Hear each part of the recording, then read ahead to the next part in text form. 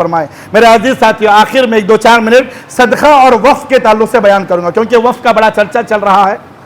صدقہ اور وقف میں فرق کیا ہے؟ صدقہ اور وقف کسے کہتے ہیں؟ اس کو غور سے سنیں اور اس کو سمجھنے کی کوشش کریں۔ صدقہ اور وقف، صدقے میں ملکیت ختم ہو جاتی ہے، صدقے میں ملکیت ختم ہو جاتی ہے، لیکن وقف میں ملکیت باقی رہتی ہے۔ یعنی آپ کسی آدمی کو کوئی صدقہ دے رہے ہو، زمین صدقے میں دیا، گھر صدقے میں دیا، پیسہ صدقے میں دیا، ملکیت ختم ہو گئی، آپ نے صدقے میں دے دیا، اب اس پیسوں کا، اس زمین کا، اس گھر کا مالک کون ہے؟ جس کو دیا گیا وہ اس کا مالک ہے، وہ اس کا مالک ہے، آپ کا اس پر کوئی بھی ملکیت نہیں ہے۔ اب اس چیز کو، اس گھر کو، اس زمین کو، اس جگہ کو، اس پیسے کو سامنے والا جیسے چاہے جب چاہے اسے خرچ کر سکتا ہے، کیونکہ آپ اس کے مالک نہیں ہیں۔ صدقہ۔ اب وقف کسے کہتے ہیں؟ وقف میں ملکیت باقی رہتی ہے، وقف میں ملکیت باقی رہتی ہے، اس سے ہونے والا فائدہ خرچ کیا جاتا ہے، ہونے والا فائدہ خرچ کیا جاتا ہے۔ بات سمجھ میں نہیں آئی، مثال دے کر کے سمجھاتا ہوں۔ اللہ تبارک و تعالیٰ چوتھے پارے کی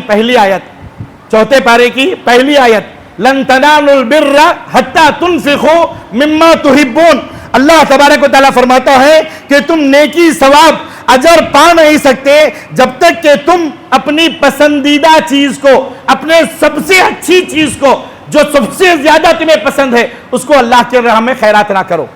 وہی چیز تمہیں اللہ کی راہ میں خیرات کرنا ہے۔ جب یہ آیت نازل ہوئی، حضرت ابو طلحہ انصاری رضی اللہ تعالیٰ عنہ، حضرت ابو طلحہ انصاری رضی اللہ تعالیٰ عنہ اللہ کے نبی کے پاس آئے اور آ کر کے کہا کہ اللہ کے رسول صلی اللہ علیہ وسلم، میری جائیداد میں بہت سارے باغیچے ہیں، کھیت ہیں، گھر ہیں، ان تمام جائیداد میں سب سے میرے دل کے جو قریب ہے، پسندیدہ ہے، سب سے جو اچھی لگتی ہے، سب سے بہترین پراپرٹی بیرہا کا وہ باغیچہ ہے، بیرہا کا باغیچہ ہے، بڑا پھلدار ہے، بڑا پھلدار ہے، قبلے کی طرف رخ ہے اس کا، قبلے کی طرف رخ ہے اس کا، بڑا پھلدار ہے اور اس کا پانی بھی بڑا میٹھا ہے۔ اور اللہ کے رسول صلی اللہ علیہ وسلم اکثر اس باغیچے میں جایا کرتے تھے، اس باغیچے سے پانی پیا کرتے تھے، سیراب ہوا کرتے تھے۔ وہ باغیچہ حضرت ابو طلحہ انصاری کو بڑا پسند تھا۔ آئے اللہ کے نبی کے پاس آ کر کے کہے کہ اللہ کے نبی، اللہ تبارک یہ آیت جب نازل ہوئی تو فوراً ابو طلحہ آئے، آ کر کے کہا کہ اللہ کے نبی، اللہ نے فرمایا ہے تمہاری سب سے اچھی پراپرٹی اللہ کی راہ میں خیرات کرو، یہ اللہ کو بہت زیادہ پسند ہے۔ اللہ کے نبی، یہ میرا بیرہا کا باغیچہ جو ہے یہ مجھے بہت زیادہ پسند ہے، میرے دل کے بڑا قریب ہے، بڑا پھلدار ہے، قبلے کی طرف رخ ہے اور بڑا، اس کا پانی بڑا میٹھا ہے۔ اللہ کے نبی، میں اسے اللہ کی راہ میں دے رہا ہوں، صدقہ دے رہا ہوں، اللہ کے نبی آپ قبول کیجئے، جیسے چاہے اسے استعمال کیجئے، میں آپ کے حوالے کرتا ہوں۔ اللہ کے رسول صلی اللہ علیہ وسلم خوش ہوئے، دعائیں دیے، پھر اس کے بعد اللہ کے نبی نے ایک مشورہ دیا۔ مشورہ کیا دیا؟ کہا کہ اے ابو طلحہ، یہ باغیچہ بڑا پھلدار ہے، بڑا پھلدار ہے، اس کا پانی بھی بڑا میٹھا ہے، میرا مشورہ یہ ہے کہ آپ اس باغیچے کو اپنے بھائیوں میں تقسیم کرو، اپنے بہنوں میں تقسیم کرو، اپنے گھر والے رشتہ داروں میں تقسیم کرو، یہ بہتر ہے، میرا مشورہ ہے۔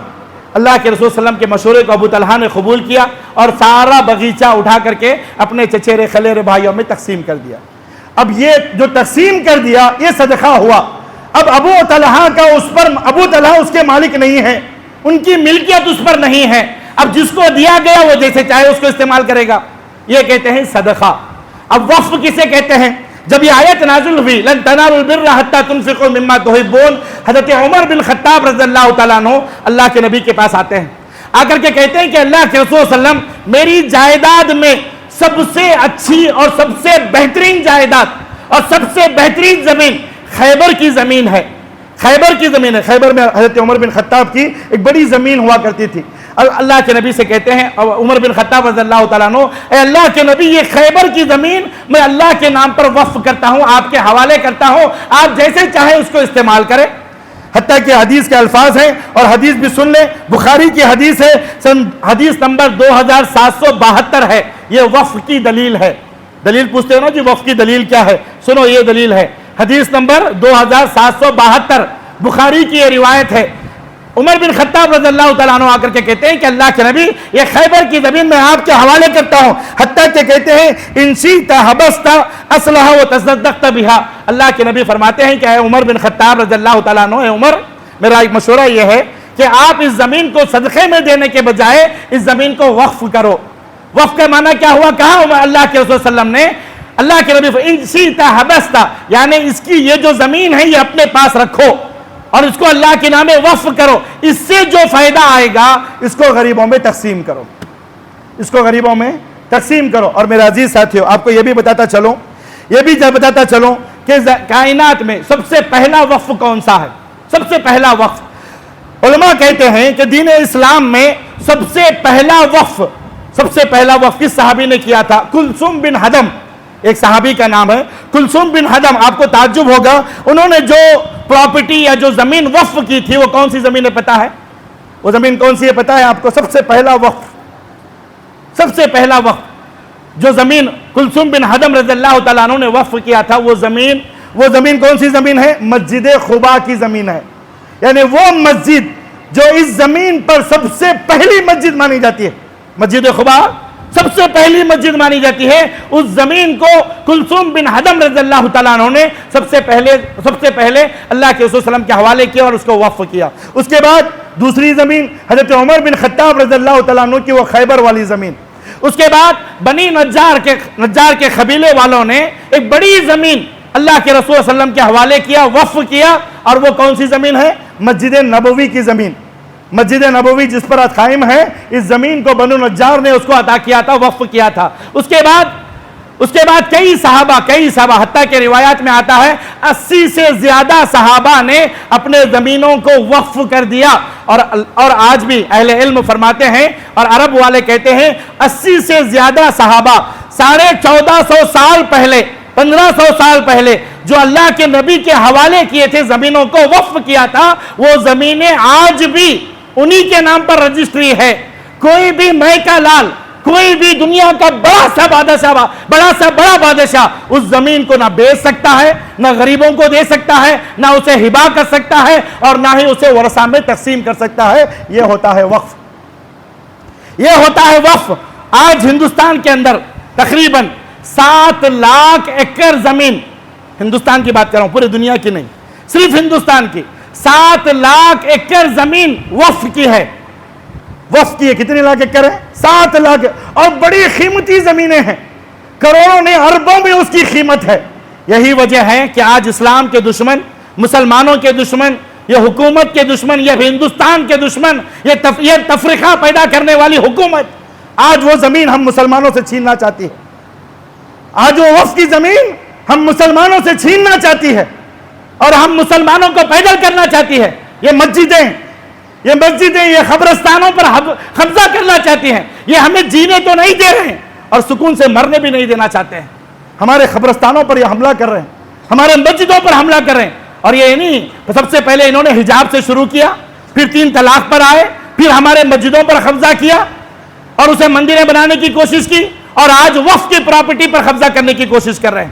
وقف کی جو جائیدادیں ہمارے آبا و اجداد نے اسلام کی خاطر وقف کیا تھا، آج ان جائیدادوں پر ان کی گندی نظر پڑی ہوئی ہے، اور ان جائیدادوں کو یہ بیچنے کے لیے یا پھر اس کو قبضہ جمانے کے لیے یا ہڑپنے کے لیے یہ وقف ترمیمی 2024 بل کو انہوں نے پاس کیا ہے.